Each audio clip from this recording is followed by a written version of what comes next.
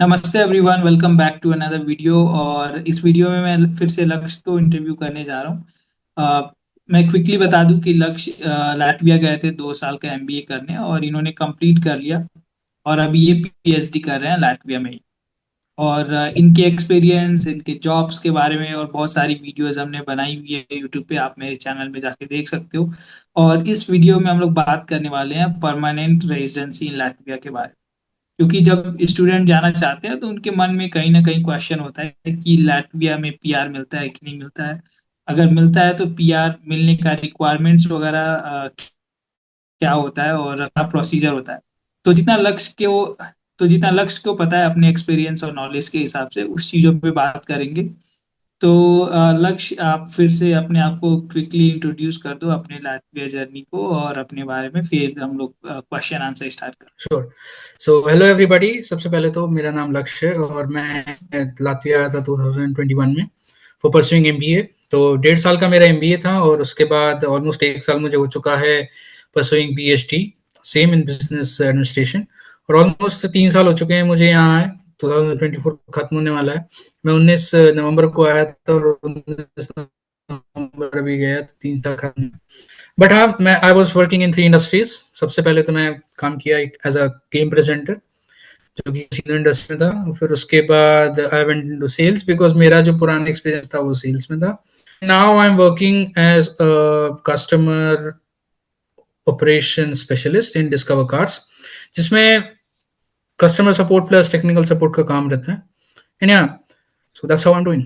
तो लक्ष्य, सबसे पहला क्वेश्चन ये है कि अगर कोई फॉरेन स्टूडेंट जाता है तो क्या रिक्वायरमेंट होता है कि अपनी स्टडीज कंप्लीट कर ली, कितना साल काम करना पड़ता है, या फिर क्या रिक्वायरमेंट्स होता है परमानेंट रेजिडेंसी अप्लाई करने के लिए लाटविया में। श्योर।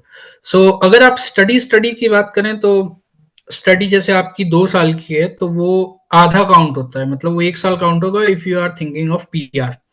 और स्टडी खत्म करने के बाद आपको 8 या 9 महीने का वर्क सर्च वीजा मिलता है यहाँ पे, जिसपे आप ऑल अराउंड यूरोप जाके काम ढूंढ सकते हो या लातविया में भी काम ढूंढ सकते हो। फिर आपको मिलता है वर्क परमिट। वर्क परमिट पे 5 साल पूरा पूरा रहने के बाद you are eligible for PR, जो कि यहाँ पे परमानेंट रेसिडेंटशिप है। उसके लिए लैंग्वेज रिक्वायरमेंट होती है A2 या A2 आई गेस लातवियन, जो कि इसमें आपको स्पीकिंग, लिसनिंग और रीडिंग तीनों, जैसा हमारा आइलेट्स होता है वैसे ही यहाँ पे वो उस तरीके का ही लातवियन प्रॉपर टेस्ट होता है। फिर उसके बाद यू गेट द आरपी। और मेरे कुछ हैं ऐसे दोस्त जिनकी पीआर है यहाँ पे, तो उनकी भी सेम जर्नी थी। वो 8-9 साल से यहाँ पे थे। जिनने बैचलर करी, मास्टर करी, तो बैचलर के 2 साल, मास्टर का 1 साल, तो 3 साल ये हो गए। और फिर उसके बाद 2 या 3 साल उनने वर्क परमिट पे रह के recently they have got their PR. हाँ, पीआर के बाद यहाँ पे ये है कि यू कैन परमानेंटली लिव, आपके पास परमानेंट रेसिडेंस आ जाता है यहाँ का। और कुछ फैसिलिटीज है जैसे हेल्थ केयर फ्री हो जाती है। बट हाँ, ये this is something which is required for a PR in Latvia. तो नेक्स्ट क्वेश्चन ये है कि थोड़ा सा पीआर के बेनिफिट के बारे में बात कर लेते हैं, जैसे आपने अभी बताया लास्ट आंसर में।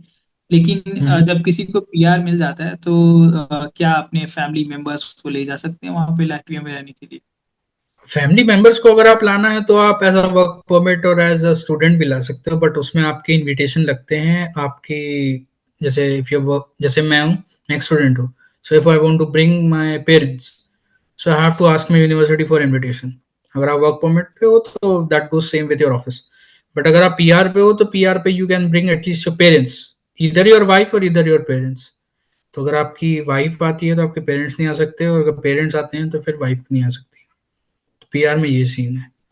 और अगला क्वेश्चन ये है कि कुछ लोग ऐसे हैं जो स्टडीज के लिए नहीं जाना चाहते, डायरेक्ट जॉब मिल जाता है उनको, या फिर डायरेक्ट काम के लिए जा रहे हैं।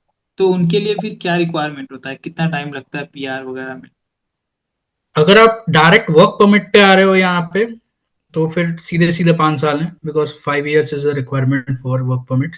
अगर आप डायरेक्ट वर्क परमिट पे हैं यहाँ पे, मान लो आप किसी रेस्टोरेंट में एज अ शेफ आए हैं, या फिर किसी फैक्ट्री में एज अ वर्कर आए हैं, या फिर if you are called for some technical works इधर फ्रॉम एसेंचर, या फिर मेरे कुछ फ्रेंड्स है जो एसेंचर से यहाँ पे आए हैं रिलोकेट करके, तो उनके लिए सीधा सीधा 5 साल है। बिकॉज 5 साल आपका रेसिडेंस परमिट के लिए रिक्वायरमेंट होती है। और स्टडी ईयर्स आधा काउंट होता है यहाँ पे।